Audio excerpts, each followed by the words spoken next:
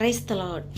இன்றைய ஜீவாப்பம் மத்தேயு 13ஆம் அதிகாரம் 31-32 வசனங்கள். வேறொரு உவமையை அவர்களுக்கு சொன்னார். பரலோக ராஜ்யம் கடுகு விதைக்கு ஒப்பாயிருக்கிறது. அதை ஒரு மனுஷன் எடுத்து தன் நிலத்தில் விதைத்தான். அது சகல விதைகளிலும் சிறிதாயிருந்தும் வளரும்போது சகல பூண்டுகளிலும் பெரிதாகி ஆகாயத்து பறவைகள் அதன் கிளைகளில் வந்து அடையத்தக்க மரமாகும் என்றார். அல்லேலூயா. தேவராஜ்யத்தின் ரகசியங்கள், அதற்குள் தேவராஜ்யத்தை நாம் அடைவதற்கு நாம் என்ன அது ஓமைகளாக ஆண்டவர் அநேக காரியங்கள் இந்த 13ஆம் அதிகாரத்தில் சொல்வதை பார்க்கிறோம். இப்போ ஆண்டவர் வேறொரு உண்மையாக என்ன சொல்கிறாருன்னா, பரலோக ராஜ்யம் எப்படிப்பட்டதுன்னா கடுகு விதைக்கு ஒப்பாக இருக்கிறது. அதை ஒரு மனுஷன் எடுத்து தன் நிலத்தில் விதைத்தான். கடுகு விதை இருக்கிறதுலே சிறியதுன்னா அதை விட சின்ன விதைகளும் இருக்குது. ஆனால் இது நமக்கு பயன்பாட்டுகளுக்கு எப்போவுமே பயன்படுத்துகிற அந்த ஒரு இதை எக்ஸாம்பிள் வச்சு தான் ஆண்டவர் சொல்கிறார். இந்த கடுகு விதை சிறிதாக இருந்தாலும் அது சகல விருட்சங்களிலும் அது பெருசாக வளர்ந்து, அதாவது அது சகல விதைகளிலும் சிறிதாக இருந்தும் வளரும்போது சகல பூண்டுகளும் பெரிதாகி, அது மற்ற விதை விட சின்னதாக இருந்தாலும் மற்ற மரத்தை விட பெருசாகி அது ஆகாயத்து பறவைகள் கிளைகள் அடையத்தக்கதாக பெரிய மரமாகுன்னு சொல்கிறார். இப்போ பார்த்திங்கன்னா, இப்போ ஆண்டவர் இயேசு கிறிஸ்து அப்போஸ்தலர்கள் 12 பேரை செலக்ட் பண்ணுறாரு. அப்போ 12 பேர்லேருந்து அந்த பெந்தெகோஸ்தே நாளில் பார்த்தா 120 பேர் ஆனாங்க. அதுக்கப்புறம் பார்த்தா அவங்க இன்னும் ஜனங்கள் அப்படியே பெருகி இப்போ ஆண்டவருடைய அன்பை ருசித்தவங்க அநேகர் பெரிய மரமாக, அதாவது ஒரு சின்ன ஒரு அற்பமாக ஒரு சிறிதான ஒரு கூட்டமாக இருந்தது. 12 பேரில் இருந்தது அப்படியே பெருசாக வளர்ந்து இப்போ இருக்குது ஆலமரம் போல்.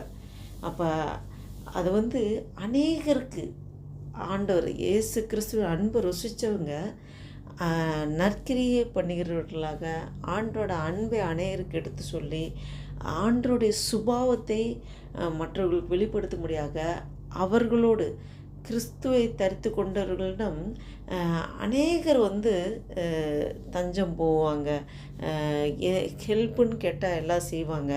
அது எப்படி அந்த ஆகாயத்து பறவைகள் அந்த கிளையில் அடையத்தக்கதாக மரமாக இருக்கோ, அநேகருக்கு ஒரு உதவி செய்கிற, ஒரு இரக்கம் காட்டுகிற, இரக்கம் உள்ளவர்கள் இரக்கம் பெறுவார்கள் என்று சொன்னபடி ஒரு மனதுருக்கம் இந்த கிறிஸ்துவை அறிந்த பிள்ளைகளுக்கு இருக்கும். அப்போ ஒரு சிறு கூட்டமாக ஆரம்பத்தில் இருந்தவங்க இப்போ ஆண்டவர் அன்பை ருசித்து அவரோட வருகைக்கு ஆயத்தமாக இருக்கிறதுக்கு எல்லா காரியங்களும் நடந்து கொண்டிருக்கிறது. இதே போல தான் பரலோக ராஜ்யம் அப்படிப்பட்டது என்று ஆண்டவர் சொல்லுகிறார். இவ்வேளையிலும் ஆண்டவர் நம்மளோடு இடைப்படுகிற காரியம், நாம் பரலோக ராஜ்யத்துக்கு அந்த ஊமையை கொண்டு ஆண்டவர் அநேக காரியங்கள் பேசுகிறார். நம்மளும் ஒரு அற்பமாக நினைக்கிறோமா? நம்ம ஒன்றும் இல்லை, நம்மக்கிட்ட எந்த ஒரு சொல்லக்கூடிய தகுதிகள் ஒன்றுமே இல்லையே அப்படின்னு நம்ம நினைக்கிறோமா? இல்லை, அற்பமாக இருக்கிற உங்களையும் என்னை தான் ஆண்டவர் முன்குறிக்கிறார். உங்களை கொண்டு தான் பரலோக ராஜ்யத்துக்கு அடுத்த காரியங்களை செய்வதற்கு உங்களை வச்சு தான் ஆண்டவர் பயன்படுத்த இருக்கிறார். உங்களை என்னை வச்சு தான் பயன்படுத்த இருக்கிறார். கர்த்தர் பெரிய காரியங்களை செய்வார். ஆண்டவர் அற்பமாக இருக்கிற அந்த 12 பேரை முதல்ல செலக்ட் பண்ணுறார். அதுபோல் உங்களை தேடி வந்தார், என்னை தேடி வந்தார். ஆண்டவர் நம்மளை முன்குறிச்சிருக்கார். நம்மளை கொண்டு தேவ ராஜ்யத்துக்கு அடுத்த பணிகளை செய்வதற்கு எடுத்து அவரே செயல்படுத்துவார். அப்படிப்பட்டதான் பரலோக ராஜ்யம். கடுகு விதை சிறிதாக இருந்தாலும் அந்த சிறிதாக இருக்க தான் பெரிய மரமாகி அநேகருக்கு ஆசீர்வாதமாக இருக்குது. அதே போல் நாம் ஆண்டவரை கிறிஸ்துவை அறிந்து கொண்ட பிள்ளைகள் நாம் தனக்கென்று சுயநலமாக இல்லாதபடி நாம் மற்றவர்களுக்கென்று பொதுநலமாக ஒரு ஆசீர்வாதமாக, அதாவது நமக்கு ஆசீர்வாதத்தை ஆண்டவர் ஏன் தரார்னா, நம்ம மற்றவர்களுக்கு ஆசீர்வாதமாக இருக்க வேண்டும் என்பதற்காக தான் கொடுக்குறார். நாம் அந்த உணர்வோடு நாம் இந்த நாளை துவங்குவோமா? ஜெபம் செய்வோம். அல்லேலூயா. நன்றி தகப்பனே, நன்றியோடு துதிக்கிறோம், ஸ்தோத்தரிக்கிறோம். ஆண்டவரே அப்பா, உமக்கு கொடான கொடி ஸ்தோத்திரம் ஐயா. ஒவ்வொரு நாளும் எங்களுக்கு ஜீவன் தந்து பலன் தந்து அதிசயமாய் அற்புதமாய் நடத்தி கொண்டிருக்க நன்றி செலுத்திக்கிறோம் அப்பா. இந்த ஜூலை மாதம் ஆண்டவரே அப்பா 19ஆம் தேதி அப்பா ஆண்டவர் 2024 வருஷத்தை காணும்படியாக எங்களுக்கு ஜீவன் தந்திரே, பலன் தந்திரே, சுகம் தந்திரே. நன்றி அப்பா. ஆண்டவரே, பரலோக ராஜ்யம் எப்படிப்பட்டது என்று ஊமைகளை கொண்டு, அநேக ஊமைகளை கொண்டு பேசுகிறீர் ஆண்டவரே. அப்பா, அந்த கட்டுக்கு விதைக்கு ஒப்பாக இருக்கிறது. பரலோக ராஜ்யம் கட்டுக்கு விதைக்கு ஒப்பாக இருக்கிறது. பரலோக ராஜ்யம் எவ்வளோ மகிமை உள்ளது.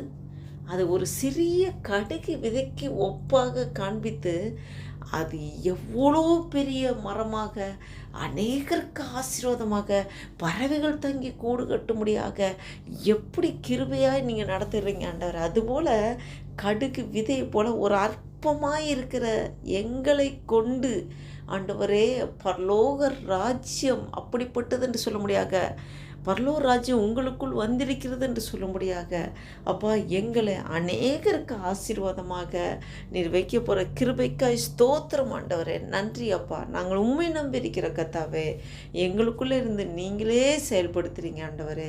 அப்பா, எங்கள் சுயமெல்லாம் சாம்பலாய் மாறட்டும் ஆண்டவரே. எங்களை ஆசீர்வதிக்கிற நீர் அநேகருக்கு நாங்கள் ஆசீர்வாதமாக இருக்க வேண்டும் என்பதற்காகவே எங்களை நீங்கள் ஆசீர்வதித்து வழி நடத்துகிறீர் ஆண்டவரே. நாங்கள் உம்முடைய நாமத்தை அறிவிக்க, உம்மை பிரதிபலிக்க, உம்முடைய அன்பை அநேகருக்கு எடுத்து சொல்ல, நற்கிரியைகள் செய்ய, நற்சாட்சி பகர ஆண்டவரே அநேகருக்கு உதவி செய்கிற கரங்களாக எங்கள் கரங்களை நீங்கள் ஆசீர்வதித்து பலப்படுத்துகிறதுக்காக ஸ்தோத்திரம். இந்த வீடியோவை கேட்டுக்கொண்டிருக்க, பார்த்து கொண்டிருக்க ஒவ்வொரு மீதும் இந்த பிரசனை இறங்கிறதுக்காக நன்றி செலுத்துகிறோம்.